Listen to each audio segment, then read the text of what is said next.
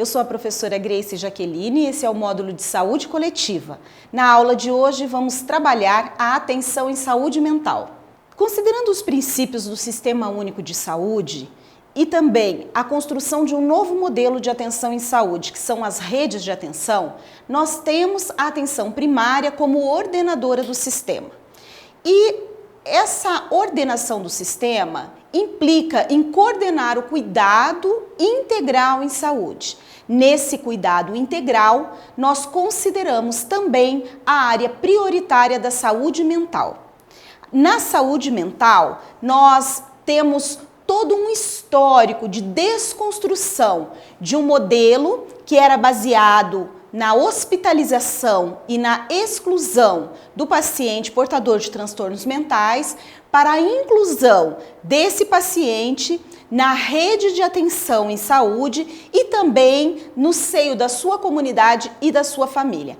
Para isso, a atenção primária exerce um papel fundamental como organizadora, ordenadora de toda essa atenção.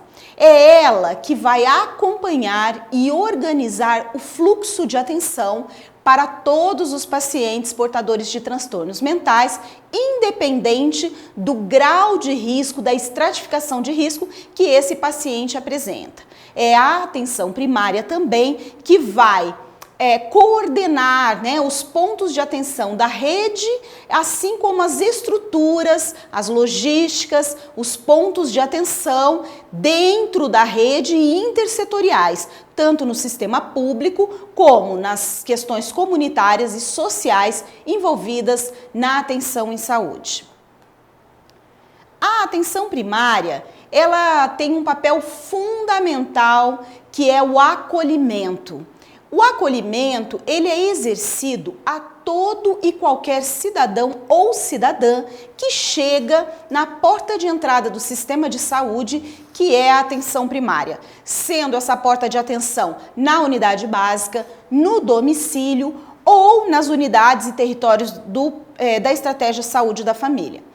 O acolhimento, ele não é apenas o momento da recepção daquele usuário que adentra, que chega ao sistema de saúde, mas ele é principalmente uma postura de ouvir as queixas, as dúvidas, aquilo que motivou aquele cidadão ou cidadã a procurar o sistema de saúde, sem menosprezar de qualquer forma, qualquer que seja o motivo que tenha encaminhado esse usuário, esse cidadão e cidadã àquela unidade de saúde. Nós, por meio do acolhimento, compreendemos quais são os sintomas, o que é que aquela pessoa está buscando naquele momento enquanto usuário do sistema de saúde.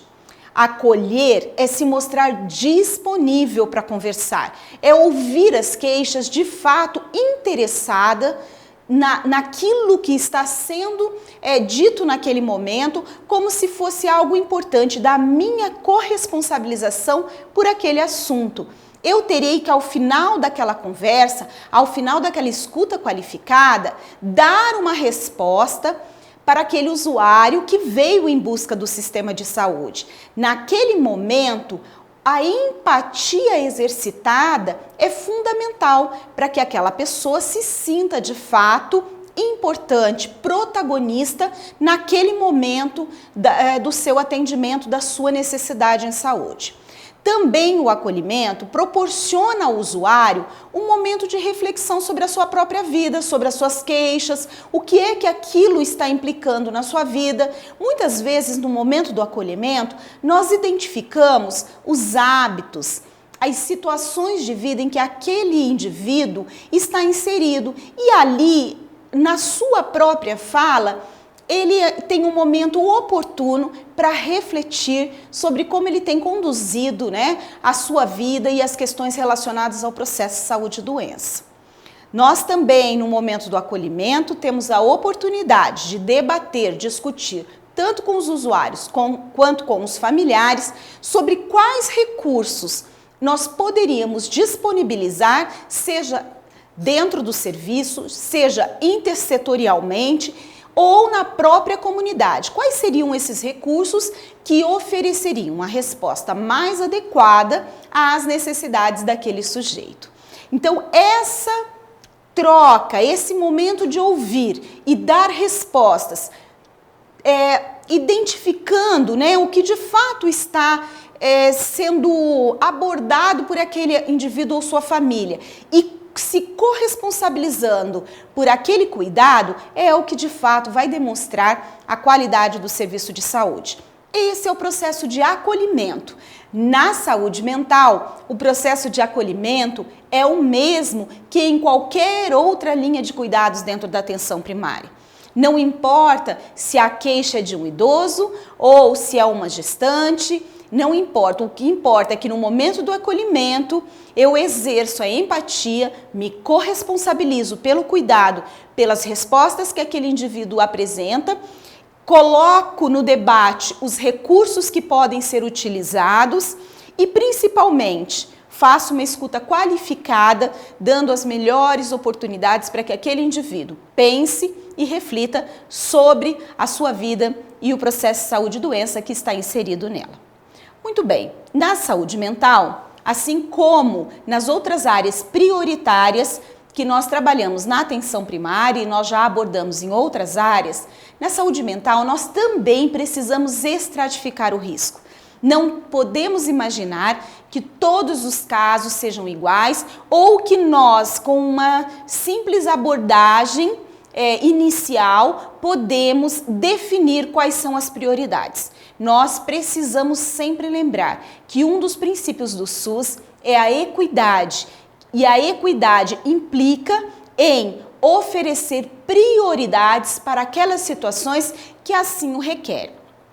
Então, eu preciso pensar que a estratificação de risco, seja na vida do idoso, na vida do hipertenso, seja no paciente portador de transtorno mental, ela será realizada de modo que eu identifique quais são as prioridades dentro da minha área de abrangência. Identificando as prioridades, eu estarei exercendo o princípio da equidade, distribuindo de forma justa os recursos que cabem àquela unidade, àquele serviço.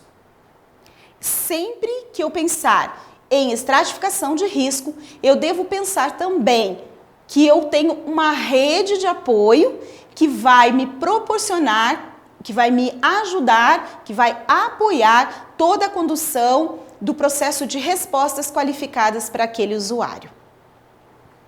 Na saúde mental, então, eu tenho que pensar o seguinte: não existe um modelo único, um único parâmetro, uma única forma de fazer. Mas, na atenção primária, o programa certo é aquele que nós desenvolvemos de acordo com as necessidades e as prioridades da minha área de abrangência, do meu território. Aquilo que se apresenta como prioridade, esse é o programa certo a ser abordado, a ser implantado, a ser implementado dentro daquele território. Todos os envolvidos, quando nós tratamos de saúde mental, devem ser considerados para que eu possa organizar esse serviço e essa rede de atenção e apoio. Então eu preciso pensar nos usuários, nos seus familiares, nos seus vizinhos, na comunidade, nos profissionais da atenção primária, nos profissionais de saúde como um todo e todos os recursos intersetoriais que nós podemos disponibilizar para melhorar a atenção aos portadores de transtorno mental. Também preciso pensar que a educação continuada, a educação em serviço, ela é fundamental. Nós temos todo um caminhar histórico de estigmatização do cuidado em saúde mental. Nós precisamos quebrar com esse paradigma. De que forma? Educando permanentemente todos os profissionais para a compreensão do que seja de fato esses transtornos mentais e qual a melhor forma de atendê-los. Nós precisamos pensar que essa educação permanente, ela vai variar tanto em extensão quanto em relevância, de acordo com a organização do serviço. À medida em que as coisas acontecem, as demandas surgem e eu então posso proporcionar essa ajuda, esse apoio aos servidores, de modo que eles se sintam seguros para atender aqueles portadores de transtorno mental dentro da atenção primária e também dentro do território, na comunidade, nos domicílios. Então, o que nós estamos dizendo? Que a atenção primária desempenha um papel importantíssimo, tanto no diagnóstico precoce dos transtornos mentais, no início rápido do tratamento, com intervenções rápidas e efetivas nas crises, na manutenção do tratamento farmacológico e nos programas de reabilitação psicossocial para os quadros psicóticos crônicos que estão estabilizados. Muito bem. O que nós dissemos então? A atenção primária, ela desempenha um papel importante no diagnóstico. Por quê? Porque é na atenção primária que esse indivíduo vai chegar pela primeira vez. É lá que ele vai disponibilizar as suas queixas. E ao invés de desmerecer essas queixas, nós devemos estar preparados para uma escuta qualificada e a identificação precoce de sinais e sintomas que podem nos levar a pensar nos transtornos mentais. Também no início rápido do tratamento, sabemos que os transtornos mentais são responsáveis por grande sofrimento em toda a comunidade, não só naquele paciente portador do transtorno, mas também em todos os familiares e as pessoas que convivem com ele, seja no trabalho ou nas relações domésticas e familiares. Iniciar rapidamente o tratamento com intervenções rápidas e efetivas na crise faz com que eu previna não só o sofrimento, daquele paciente, mas também de todas as pessoas que estão à sua volta. A atenção primária tem um papel fundamental na manutenção farmacológica, de vigiar, no sentido de que eu posso exercitar a vigilância desse tratamento, fazendo com que esse indivíduo não fique sem a medicação necessária. Esse medicamento, ele precisa ser mantido na rede de forma contínua, sistemática, para que esse indivíduo se sinta seguro para a utilização desse fármaco, para que isso não falte na vida dele.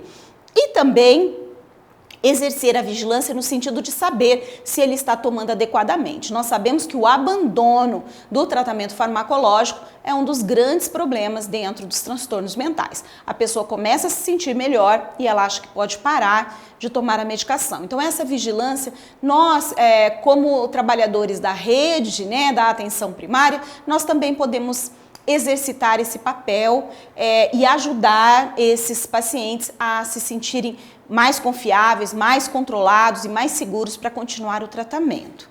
Também podemos encaminhar, nos casos da necessidade de reabilitação psicossocial, aos centros de referência, aos centros de apoio psicossocial e aos outros centros de reabilitação que, porventura, estejam presentes na rede de apoio.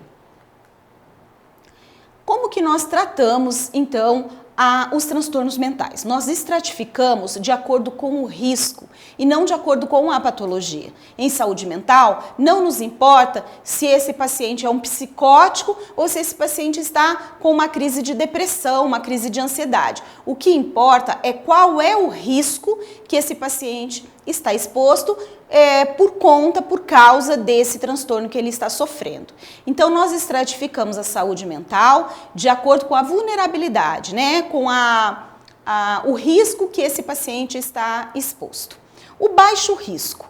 Então, o baixo risco, nós temos várias atividades que podemos desenvolver, tanto individualmente quanto em comunidade, para aqueles pacientes estratificados como baixo risco. Então, nós podemos fazer atividades físicas em grupo, podemos fazer grupos de apoio na própria UBS, grupos psicoeducacionais de apoio, abordando questões como autoestima, resiliência. Podemos sim trabalhar as terapias medicamentosas, as psicoterapias, e isso pode ser tanto em grupo quanto individual. No caso do transtorno mental com baixo risco, as atividades em grupo ajudam muito a desenvolver aí essa empatia entre os portadores de transtorno, que eles vão perceber, eles têm uma aceitação melhor de todo aquele processo que eles estão passando. O médio e alto risco, os atendimentos, eles exigem uma capacitação maior e uma abordagem diferenciada para cada caso. Então, os atendimentos podem ser em domicílio, nós vamos precisar normalmente, dentro da atenção primária, da supervisão de uma equipe matricial, ou seja, daquela equipe que possa dar todo o o suporte técnico adequado para os profissionais da rede da atenção primária que não sabem muitas vezes lidar com aquelas situações. Então essa equipe matricial, ela sempre vai estar aí na retaguarda, auxiliando, né, na abordagem dos casos. Isso pode ser exercido pelo NASF, o Núcleo de Apoio à Saúde da Família, mas também pode ser uma equipe matricial dos CAPs, e aí vai depender de fato de cada caso. O cuidado compartilhado, os pontos de atenção secundária são primordial nos atendimentos de médio e alto risco. Nós precisamos sempre que esse serviço de referência no nível secundário ou terciário possam ter um canal, uma via de comunicação com a atenção primária. Porque esse indivíduo, de fato, ele é do nosso território, ele é do território da atenção primária, mas ele tem uma abordagem de um cuidado mais especializado, de reabilitação. Então, essa via de comunicação precisa ser muito franca e aberta. Também temos aí que pensar que na saúde mental nós temos um pacote mínimo de cuidados que nós não podemos deixar de abordar ou de pensar dentro da atenção. Quais são? Intervenções psicoeducacionais simples, mudanças de atitude, mudanças de comportamento, modos, trabalhar, né, as crises de modo que esse indivíduo possa se tornar o mais autônomo possível. Então, essas intervenções psicoeducacionais simples, elas podem e devem ser exercidas dentro da atenção primária. Nós precisamos também intermediar ações intersetoriais, e aí o papel de outros profissionais, assistente social e outros profissionais do NASF, da rede, são fundamentais. Muitas vezes esses indivíduos têm aí problemas relacionados com moradia, com trabalho, com acesso à educação, à cultura. Então nós temos que pensar em como inseri-lo de forma integral no seio daquele território, daquela comunidade, para que ele se sinta de fato pertencente àquele lugar. Também precisamos olhar para esse indivíduo não só como um portador de transtorno mental, mas como um indivíduo que pode desenvolver outras comorbidades, que pode apresentar problemas clínicos que são inclusive frequentes nesse grupo populacional, e não apenas nos limitarmos a grupos de receitas controladas que vão distribuir receitas e dispensar a medicação. Mas nós temos que olhar esses indivíduos como alguém que de fato precisa ser cuidado de uma forma integral na rede de atenção. Os problemas de saúde mental têm uma especificidade quando se trata da infância e da adolescência. Então, as atividades, né, as intervenções baseadas na infância e na adolescência devem ser de promoção do desenvolvimento, tanto físico quanto emocional e psicológico, saudáveis para essa criança e esse adolescente. A equipe da atenção primária precisa ajudar no desenvolvimento saudável desses aspectos, desde o bebezinho, desde a gestação, né, até então a adolescência. Esse é um grupo populacional que nós podemos intervir de forma a promover uma vida saudável e também prevenir os agravos em saúde mental.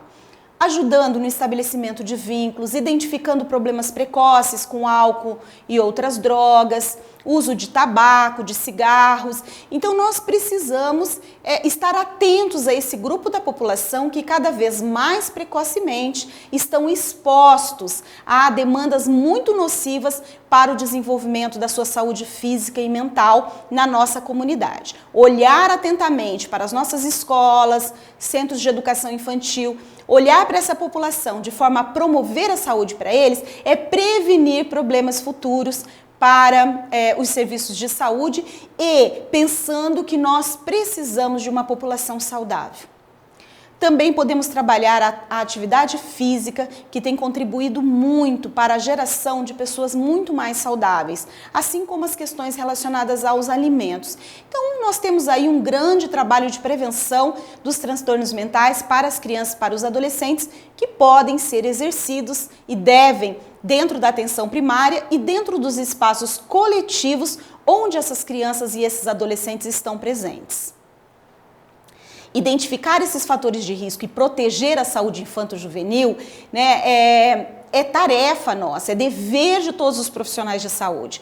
Nós sabemos o quanto essas crianças e adolescentes têm sofrido com questões disfuncionais nas suas famílias, na sua rede de amigos e também nos espaços coletivos onde trabalham, onde estudam, desculpa. O bullying, por exemplo, é uma das causas de transtornos mentais que as crianças vêm a desenvolver problemas com ansiedade, depressão, obesidade derivada disso, por conta de uma agressão ocasionada dentro de espaços coletivos. E as equipes de saúde precisam estar atentas a isso. Muito bem, dentro dessa população, desse território, nós precisamos também atentar para o uso do álcool abusivo e também de outras drogas, né? Identificar o padrão de consumo da bebida alcoólica e de outras drogas e detectar precocemente qualquer problema relacionado ao abuso dessas substâncias precisa estar presente no cotidiano da equipe de saúde na atenção primária. Nós precisamos sempre, dentro das consultas profissionais, dentro dos espaços de debate, com esses cidadãos e cidadãs que procuram um serviço de saúde, abordar sempre quais são as consequências desses hábitos nocivos, tanto para o indivíduo quanto para as pessoas que vivem e convivem com eles.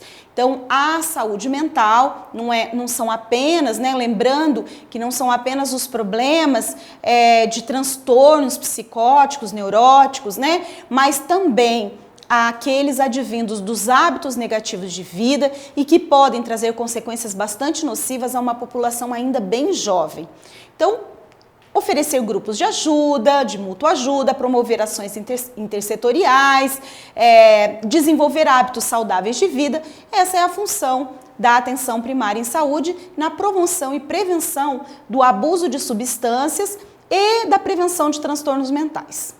Assim, as práticas em saúde mental devem ser realizadas não apenas por um profissional, mas por todos os profissionais envolvidos e de forma intersetorial, envolvendo a todos que possam colaborar dentro dos serviços e fora dos serviços de saúde. Qualquer intervenção proposta sempre deve ter aceitação e envolver todos os integrantes das equipes da atenção primária em papéis diversos. Todos devem aceitar e desenvolver os seus papéis se sentindo pertencentes àquela programação. Qualquer encaminhamento sempre deve ser implicado, ou seja, a APS sempre precisa se responsabilizar por qualquer encaminhamento, porque esse paciente, esse usuário que nesse momento é alguém que precisa de um outro atendimento, ele volta para o território e a atenção primária em saúde é a referência para que ele retorne à sua comunidade após o tempo de tratamento ou de reabilitação. Então, nós temos modelos de estratificação de risco em saúde mental. Precisamos que esses modelos sejam implementados de acordo com cada realidade, mas o que nós não podemos deixar é de estratificar, de identificar qual é o risco que esses indivíduos apresentam na comunidade para si próprio e para outros. E também lembrando que em todas as situações sempre há muito o que fazer dentro da rede de atenção e nós podemos sim colaborar, ajudar a melhorar a qualidade de vida, tanto daqueles que já apresentam transtorno, quanto promovendo e prevenindo esses transtornos numa população ainda muito jovem, que são as crianças e os adolescentes. Muito obrigada e essa é a nossa aula sobre saúde mental.